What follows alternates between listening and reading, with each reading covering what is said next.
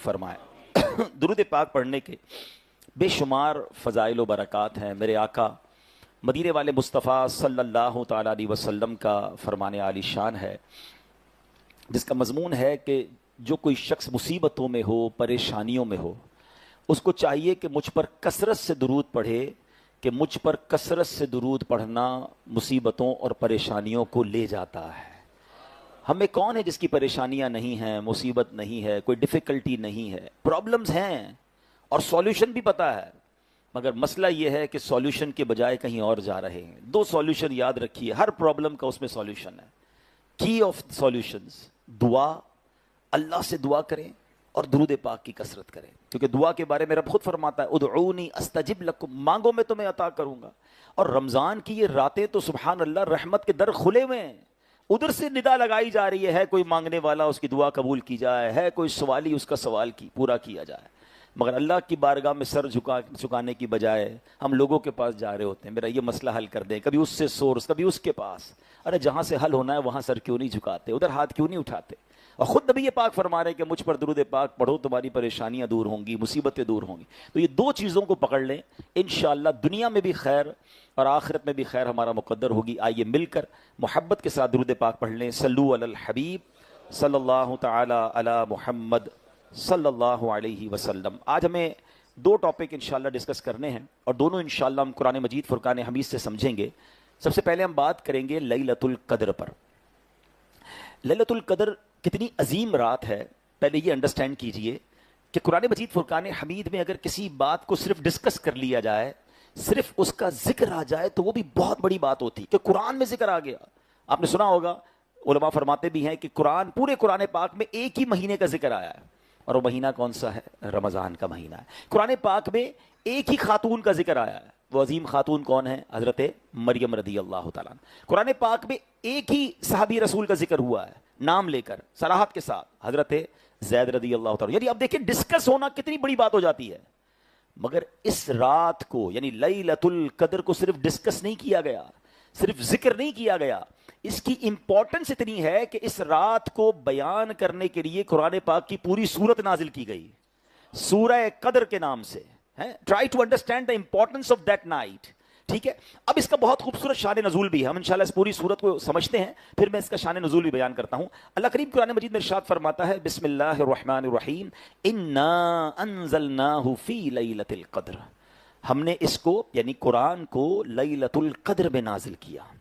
اب یہاں ایک کوسچن ذہن میں آتا ہے کہ جناب قرآن تو ہم نے یہ پڑھا یا سنا کہ جبریل امین تھوڑا تھوڑا لے کر نبی پاک کے پاس حاضر ہوتے تھے، کبھی مکی صورتیں ہیں، کچھ مدنی صورتیں ہیں، تو لیلۃ القدر میں پورا قرآن کیسے نازل ہوا؟ تو یہ سمجھنا ضروری ہے۔ مفسرین نے فرمایا اس کا مطلب یہ ہے کہ لوح محفوظ سے آسمان دنیا پر قرآن مجید لیلۃ القدر میں نازل ہوا، اور پھر آسمان دنیا سے نبی پاک علیہ الصلوۃ والسلام کے دل اقدس پر بتدریج وقتاً فوقتاً 23 برس کے عرصے میں قرآن جبریل امین لے کر حاضر ہوتے رہے، مختلف وحی کی صورت میں، مختلف آیتوں کی صورت میں، اور یہ قرآن اس طرح نازل ہوا۔ تو یہ بات ہمیں سمجھنی ہے۔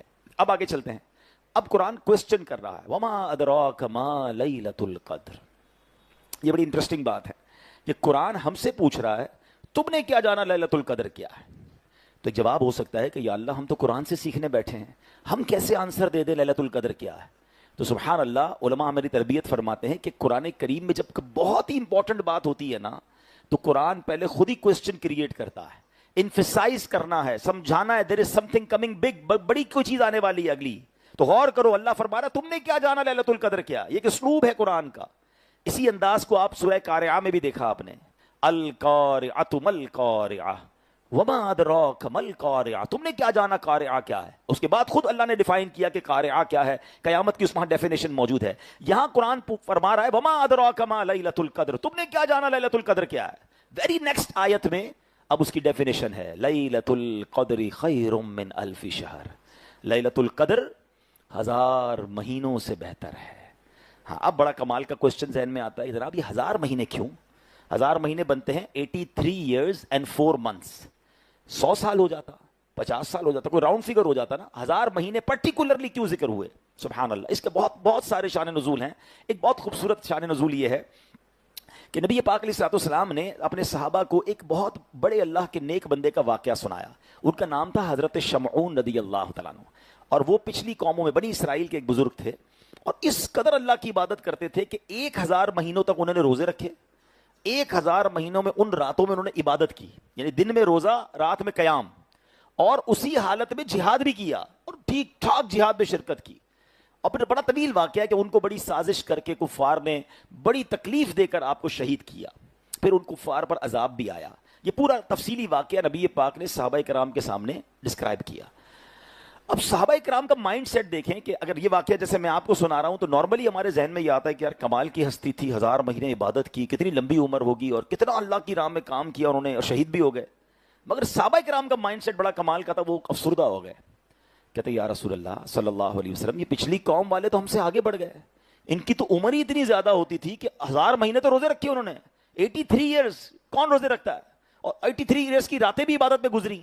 تو ہماری تو اگر لائف 83 ایئرز ہو بھی جائے تو کچھ بچپن کے سال نکال لیں, 65 کے بعد تو ویسی جان نہیں بچتی عموماً, تو پھر ہم کیسے کریں گے یہ ساری عبادت؟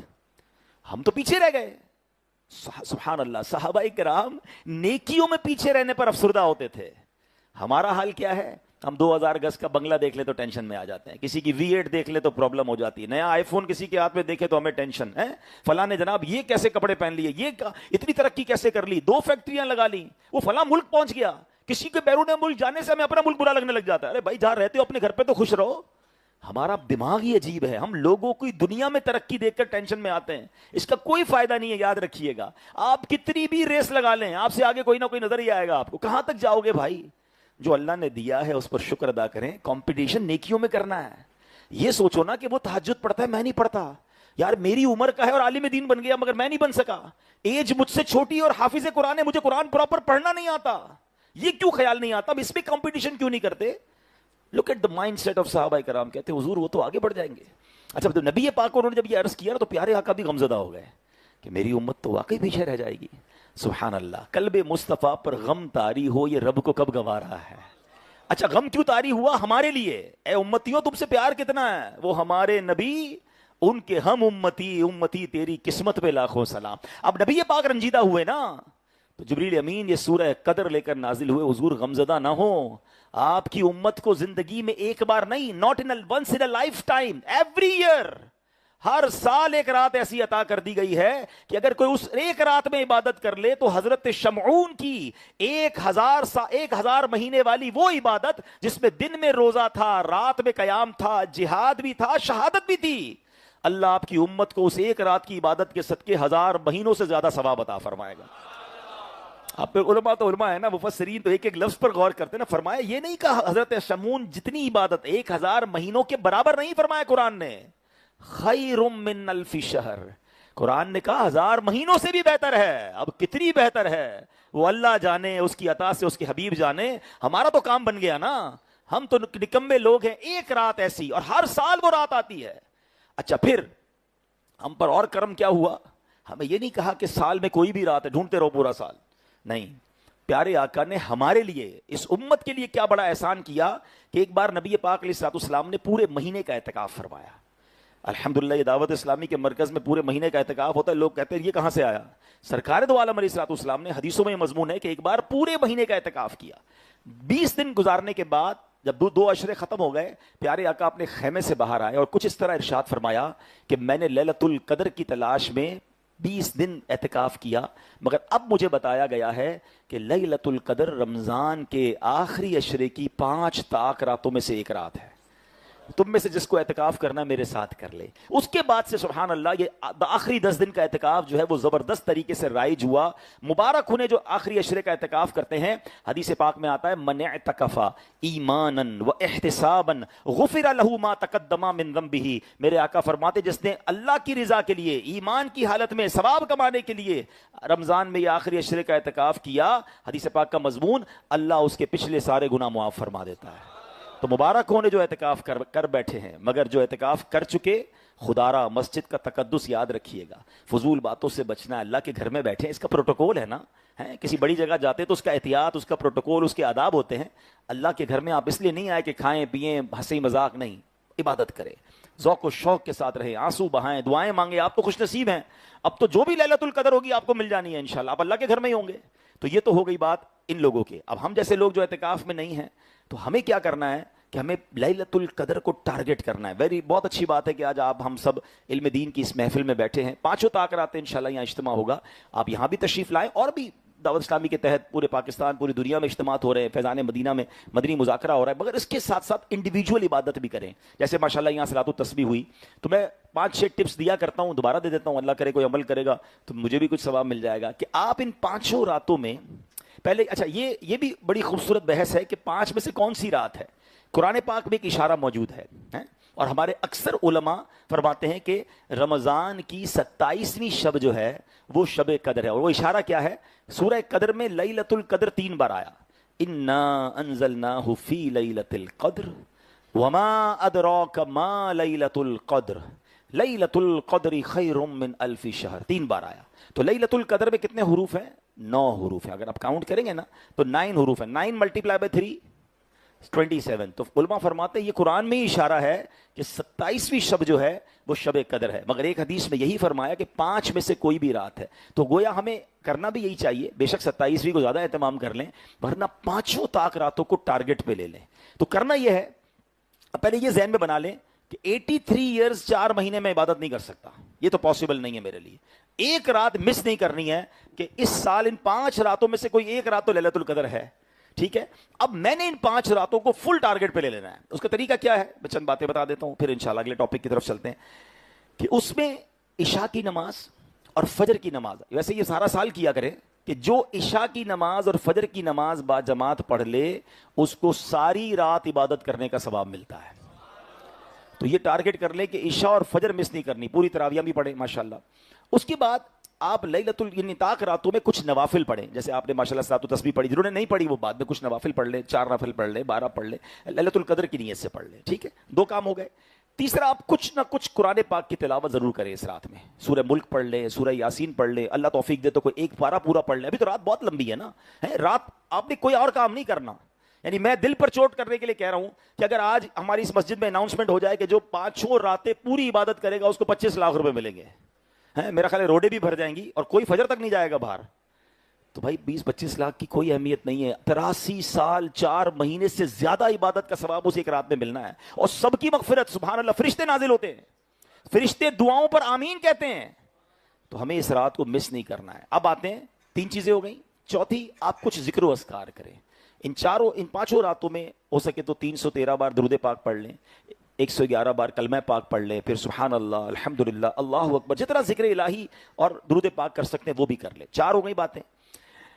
5ویں نمبر پہ آپ ایک کام کریں کہ اس رات جو ہے آپ اگر والدین حیات ہیں تو آپ بہت خوش نصیب ہیں. یعنی اس سے بڑھ کر خوش نصیب کون ہے کہ تاک رات بھی ہو اور ماں باپ بھی ساتھ ہوں. ماں ساتھ ہے تو اس کی دعائیں لے لیں, والد موجود ہے تو ان کے ہاتھ چوم لیں. اس رات 5 راتوں میں ان کی دعائیں لیں. اللہ اکبر, یو آر سو لکی اگر آپ کے ماں باپ رمضان میں آپ کے ساتھ ہیں. جن کے ماں باپ نہیں ہیں ان سے پوچھو کتنا یاد آتے ہیں.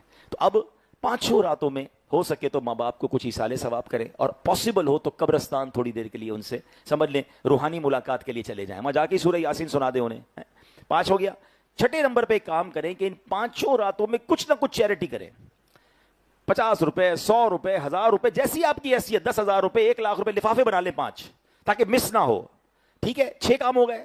7واں کام آپ یہ کریں کہ اس رات کوئی نہ کوئی علم دین کی مجلس میں بیٹھے, جیسے آپ ماشاءاللہ بیٹھے. علم سیکھنا بڑی نیکی ہے. جس نے یہ 7 کام کیے اور 5 رات کیے, 5 میں سے کوئی بھی رات لیلۃ القدر ہوئی, اس کی وہ عبادت 1000 مہینوں سے بہتر ہو جائے گی. لیلۃ القدر خیر من الف شہر. اب یہ ٹارگٹ آپ کا کرنا ہے کام, اور بھی آپ ایڈ آن کر لیں. یہ تو مجھے 7 کام یاد آئے, آپ اور بھی نیکیاں ایڈ کر سکتے ہیں. اللہ توفیق دے کسی مریض کی عیادت کر لیں, یہ بھی جناب نیکی ہے. تو انشاءاللہ اس یعنی ملٹی پلائی ہوتا جائے گا. اگر آپ جس طرح دنیا میں ہم اسکیم, کوئی حکومت کہتی ہے نا فلاں تاریخ کے بعد ٹیکس لگ جائے گا, تو بندہ اس سے پہلے سارے کام نپٹا رہا ہوتا ہے, اپنے مال بھی منگوا لیتا ہے, ایکسپورٹ بھی کر دیتا ہے, ضرورت نہیں ہوتی پھر بھی کنٹینر چڑھا دیتے ہیں. یار چڑھا دو بھائی, بعد میں ڈیوٹی لگ جائے گی. اتنا سوچتے ہیں یار, یہ ڈیڈ لائن ہے, یہ ڈیٹ ہے. دنیا کے لیے ساری ڈیڈ لائنیں پتہ ہیں, دنیا کی ساری آفرز ہمیں ایکسپٹ کرنی ہے. یہ قرآن نے آفر دی ہے, یہ شریعت نے ہمیں موقع دیا ہے. اور ایک بات اور یاد رکھیے گا, وی ڈونٹ نو, ہو سکتا ہے یہ زندگی کی آخری لیلۃ القدر ہو.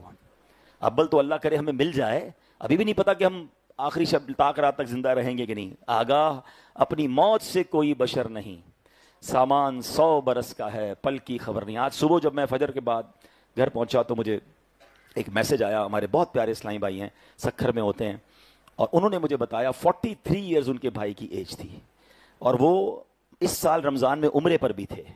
وہاں پہنچے تو ان کو دل میں تکلیف ہوئی, ڈاکٹرز نے کہا پیدل نہیں چل سکتے. انہوں نے پھر بھی ہمت کی, کچھ ٹریٹمنٹ کروایا, عمرہ کیا.